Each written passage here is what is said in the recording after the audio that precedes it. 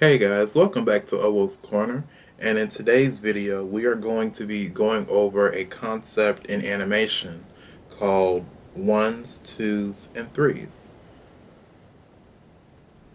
I've been looking around and I haven't seen many videos on the subject, so I just thought I'd share what I know with you guys. Anyway, let's start out with some history over, well, the subject. In animation, there are several types of frame rates. American animation, it usually uses 24 frames per second. Japan and in the East, they're usually between 30 and 60 FPS, frames per second. And gaming companies, they usually use 60 frames per second, sometimes even more. So FPS, what is FPS? Well, we all know what FPS is, but let's just go over it again. FPS is frames per second. FPS is the number of images that are in 1 second of a product. So when somebody says it's 24 FPS, that means that there are 24 frames in that 1 second. And 60 FPS means, there are 60 frames in that second.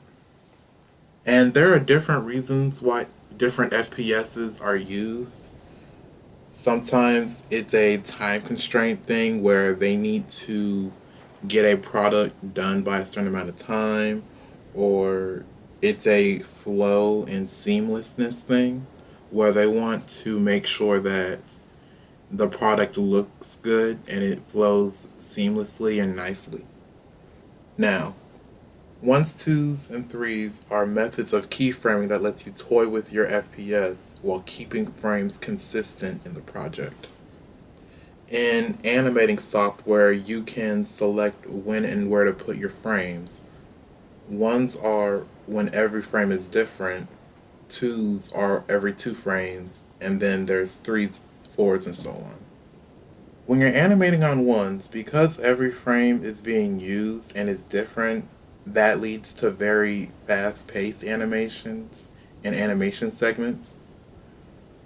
You see this a lot in Ruby or fight segments in the new show Arcane.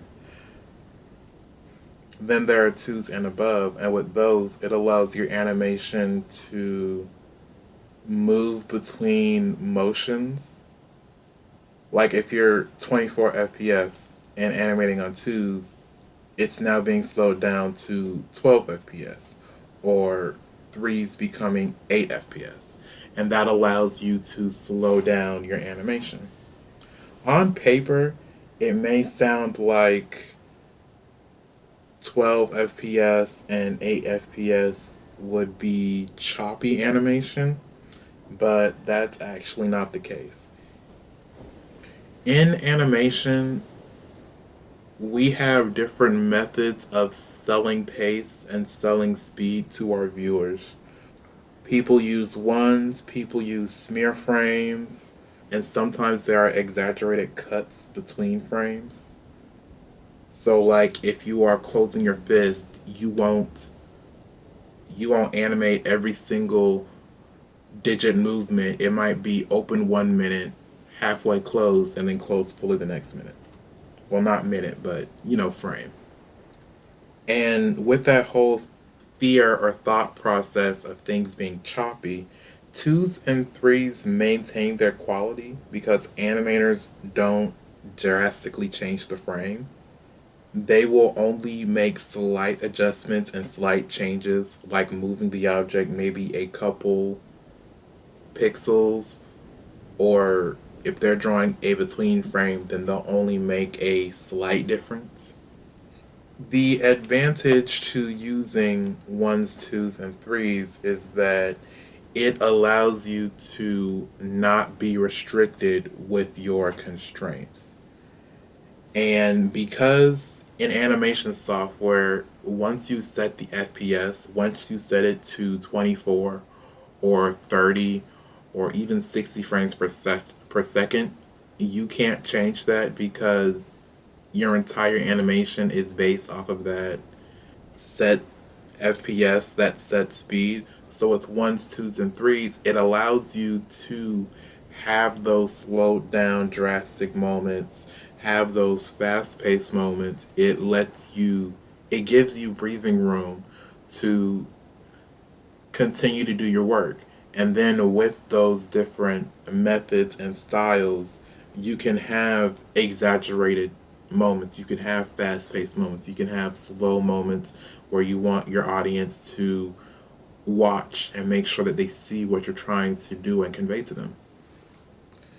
And us animators, we very much play with 1's, 2's, and 3's. It's not just all 1's, it's not just all 2's, it's not just all 3's. Sometimes we'll go from 1's to 2's and 2's to 3's, or 3's back to 2's. Sometimes we'll even have that drastic change from like 1 to 3 or 3 to 1, just to really sell and exaggerate that moment for our audience. And you don't even have to just be limited to 1's, 2's, and 3's. You can go down to 4's, 5's, 6's, and beyond. In animation, it's about how you convey what you are creating. You can mix and match, use them all, or at least what you like to use. It's about making sure that your product hits where you want it to hit. It's about making sure that you convey and you can express what you want to express. And I'm no expert, but anything I know of or have learned, I like to share it with you guys. And I just felt like making this video real quick in between me working on my teaser trailer. So yeah, I hope this helped. I hope you learned something. Anyway, this has been Owoh's Corner, my own little corner of art. I'll see you on my next video. Goodbye.